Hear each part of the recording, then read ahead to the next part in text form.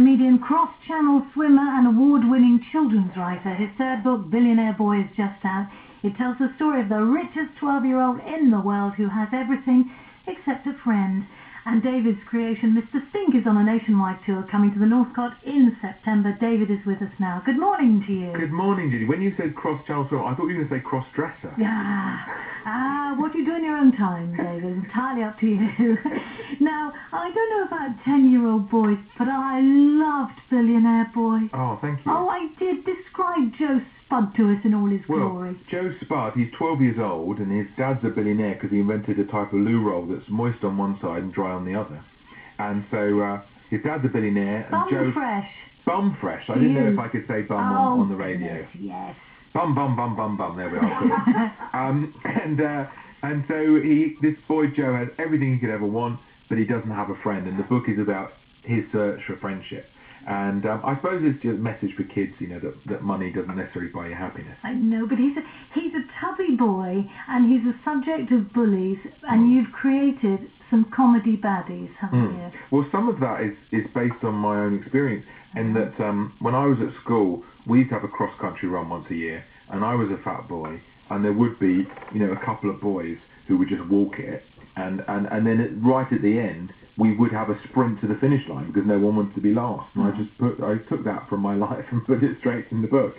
And the Grubs. Sorry? The Grubs. The Grubs, yeah. There's these twins, and one's a girl and one's a boy, but you can't tell them apart. I just keep visualising you and Matt Lucas playing the Grubs. Well, we're quite good at playing people sort of between genders, yeah, definitely.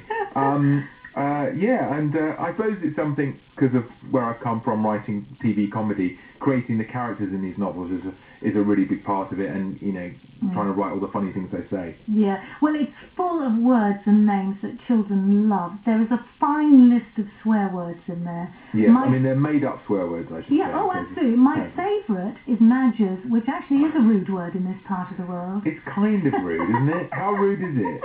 Not too rude. It's not as rude as oodplops.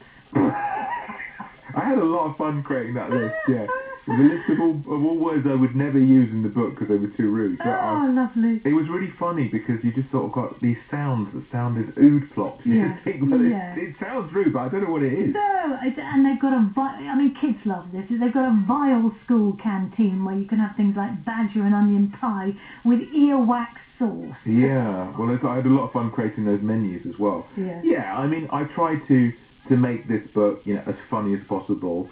But what's different to a comedy sketch is that, you know, over hundreds of pages, you know, there's got to be a point to the story, and there's got to be an emotional element to it too. Yeah, I mean, you're not known as someone, pardon me for saying, who hangs around on the borders of good taste. No. You have to rein it in slightly for youngsters. Definitely, yeah. I mean, it's weird. I think we all have different things that we might find revolting, you know, so it's quite hard to what to some person is really funny to someone else is disgusting. So it's quite hard to sort of to get it right. But I know for a young audience I've got to be responsible, but at the same time have something just a little bit dangerous. You know, Roald Dahl books I loved as a kid, and they're full of things that you think, you know, feel really extreme. George's Marvellous Medicine is about a boy who tries to poison his grandmother. Yes, yeah, exactly. And you think that somehow he writes it in a way that makes it acceptable. So I tried to create that slight spirit of naughtiness, but never crossing the line. No, you don't have a 10-year-old, so you've obviously tapped into your inner 10-year-old, David. Well, yes. When I write the books, I think back to when I was that age and what I might have found funny and what I was thinking and feeling.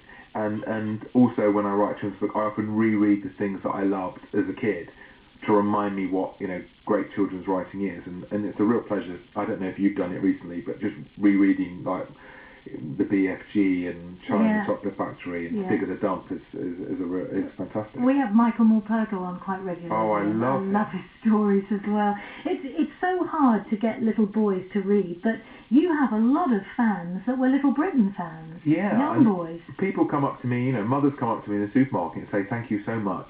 My son didn't, you know, I couldn't get him to read a book.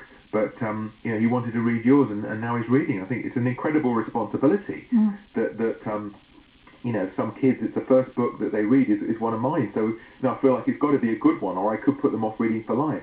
And I think particularly kids now, you know, so many distractions. There's so many other things they could be doing. They could be on the internet. They could be playing computer games. When I was a kid, a computer game would last a minute. Yeah. Now they last days. You know, so it's hard to get kids to read. So, you know, I really feel it's a responsibility to try and create the funniest, most exciting book I can for them. And it's quite exciting because I bet there are kids who read your books who don't even know who you are. Yeah.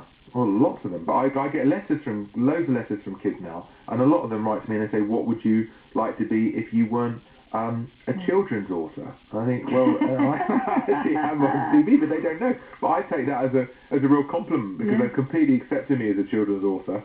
And a lot of these kids, you know, if you're 8, you know, Little Britain actually started on TV 8 years ago. So, you know, you weren't even born. And as you say, there's always a moral to your story. Like the boy in the dress, the story of a neglected boy's search for a female role model, and of course, Mr. Stink. Mr. Stink is now on tour, the stinkiest stinker who ever lived. It's in, and the production is in Stinkervision.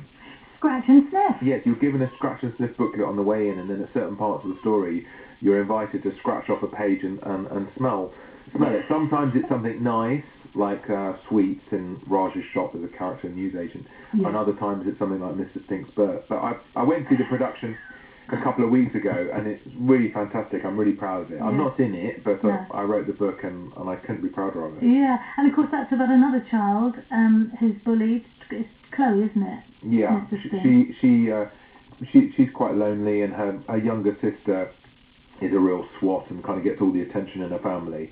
But she befriends this tramp called Mr. Stink and invites him to live in the family's garden shed, but without telling her mum and dad. And that's the starting point of the story. How do they do Duchess the dog then on stage? Well, they have, we talked about Michael Morpurgo, they have puppets in Mr. Stink, and it's the same people who did the Warhorse puppets. So they're really, really fantastic puppets, and I'm really, really thrilled with the production. Amazing. Well, Julia Donaldson, the author of The Gruffalo, has just become Children's Laureate. So who knows? Would that be nice to put on your CV, wouldn't it? It would be, but I think they shouldn't really pick me. I think they should pick someone better. But I think, you know, yeah, it would be an amazing thrill, but it's certainly not something I'm thinking of. Do you write very quickly, David? I mean, how did you write this book? I try and write the first draft reasonably quickly, so I've got a sense of the shape of the story, so I know that, you know, there's a story there that's going to sustain. And then I spend a lot of time rewriting and, you know, trying to make it as funny and as crisp as possible. So the process of writing will be over about 6 months. And, you know, obviously I have to, you know, I'm doing other things and acting. So you can be acting and then in the wings you're writing a book? Well, sometimes, especially if you're on a film set or something, I mean, you can be waiting around for hours, so it's actually quite good to use that time constructively. Gosh, and if you've got any time, because your new comedy panel game show is starting, isn't it? Wall of Fame? Yeah, it's on Sky. It's a show. It's about it's a topical show about politics and celebrities, and Jack Dee's one of the team captains, and a brilliant Irish comedian called Andrew Maxwell's on the other side. So it's a topical show. So we've only done the pilot so far, but I'm really excited about it. And I think it hopefully entertains people. Well, good luck. I'm looking forward to Mr. Stink when it comes down here, and I really recommend Billionaire Boy. I laughed. I was reading it in Casualty yesterday afternoon, and laughing my head off. Why were you in Casualty? Oh, David, something you'd love. And I was distraught. They told me I had age-related floaters. It's to do with your eyes, David. Okay. Leave it there. Okay, we will. David Walliams, thank you so much. Lovely talking to you, Judy. Take care. Thank you. Bye-bye. Bye-bye.